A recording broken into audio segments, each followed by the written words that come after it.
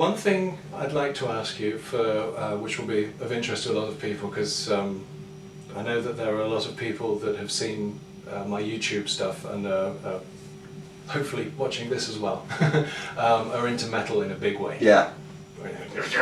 Yeah. So, of course, could you give us just a couple of hints or tips maybe on how to achieve a good metal sound with the Diezel? Just run us through a list of things that one might want to look out for, especially things like, you know, tightening the bottom end up. Yes, yes. Because I know a lot of people have had in fact, another guy who does great videos on YouTube, a lot of an ESP fanatic, Sean, has also got a VH4 and a Diezel cabinet, and he was saying he got a I forgot he got a different amp, Mesa?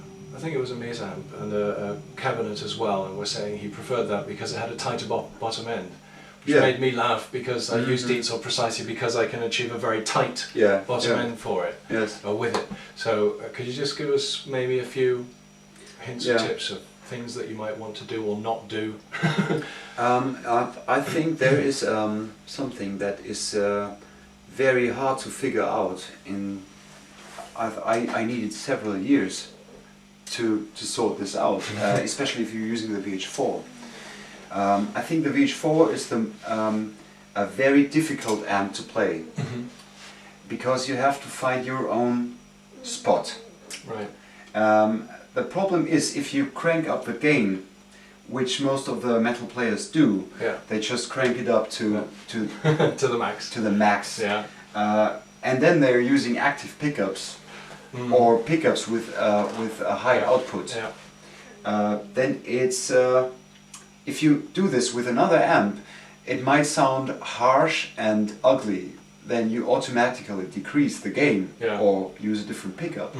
But there's a spot where the gain, you can't hear it, but you will have too much compression, and then you're losing the dynamics in the bottom end, because the whole signal is compressed. Right. And I sorted this out, and I realized it the first time when I was playing with a band, and I had the same problem. I was cranking up the gain, at least I was cranking up the volume, because I couldn't hear where the signal was coming from. So and it was getting worse and worse. The more I cranked up the gain, I had to crank up the volume, and then I got back to like 12 o'clock, 1 o'clock, and then was, oh fuck, is that loud? Come on, turn it back. So you have to find the right position of gain, where it starts to get slightly compressed and takes away that dynamic in the bottom end. Right. Yeah. And as on mine here on the VH4S, I've got it just in fact just between 3 and 2 o'clock. Yeah. On there, and that's for the ultra distorted sound. And I don't have a single guitar with active pickups in. I always use passive pickups. Yes. Precisely because I like the dynamics, and because I don't just do the metal stuff, do jazz stuff as well, where you've got to you can put so much expression into it with just the pick hand. Yeah. That, well, the VH4 is very sensitive on the right hand. Yes. And it's very dynamic. So I found out when at this position where I couldn't locate the tone, I was playing harder and harder, and I had almost pain in my hands, because I was just punishing the guitar. It was not guitar playing. It was just hurt something, desperately trying to get something out of it. Because we have the ideology of, or the concept of Peter's VH4 idea was, you must be able to play thrash metal with a Telecaster. So always enough headroom. It's like, don't ask me about has it got enough gain, because we have more than you need. But at least it can be dangerous, because many guitar players like me grew up with different amps, and you really had to crank it up to get almost distorted tone. That's very true. But there sometimes too much is too much. So it's, you don't want to do a Nigel Tufnell on it and turn it up to 11. Yes. That's keep it on.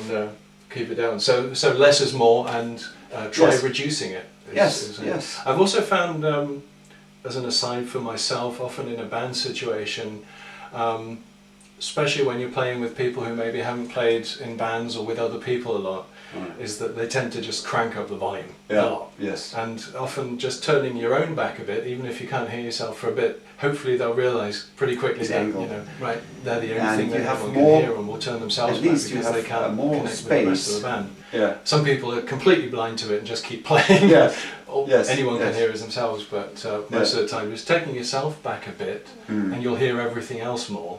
Yeah. And then everyone else will become very self-conscious about hearing themselves and start playing quieter and, bring the whole thing down a bit. Yeah. And so. Well, especially regarding metal playing, and you have a lot of bottom end.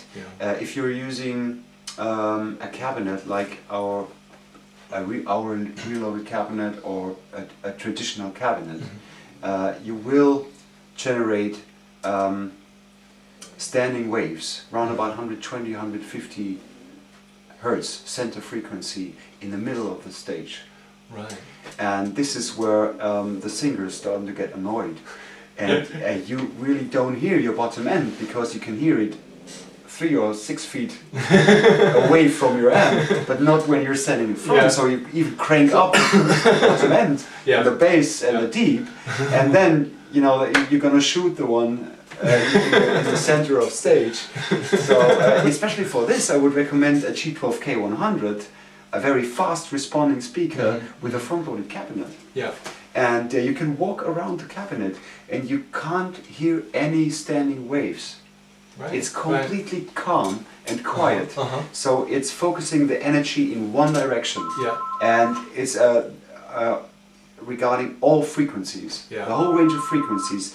There is no bottom end going the wrong side. So it's all, you know, energy. And then you don't need that much volume as well, because you can hear everything. And the more you decrease the mids, the harder it's for your ear to hear the chords and the harmonics. Well, it's easier to play because you don't hear the mistakes, to be honest. So it's sort of lie to yourself if you just put away all the mids. So I found for myself, as the more I grew as a guitar player, the more mids I put into my sound. I started off Hetfield fan, big time Metallica fan. That's when I started playing guitar. I got my first electric guitar and I started learning Metallica songs from some songbooks I had at the time. And I did the Hetfield bass, treble, mids, other way around, completely out. In fact, I started playing on such shitty equipment, I had 2 distortion pedals to get the right amount of distortion I wanted. It must have sounded absolutely terrible. I think if I heard it today, I'd just die. But, and then I suppose with experience, your ear perception becomes better as well. You start hearing things in tones that you wouldn't have done before. And I found that also, I think especially since I've had the Diezels, that has become more attenuated still. I've learned, my ears have learned a lot more about tone, and I can distinguish the frequencies a lot better now. And I'm better able to dial in the sounds that I want.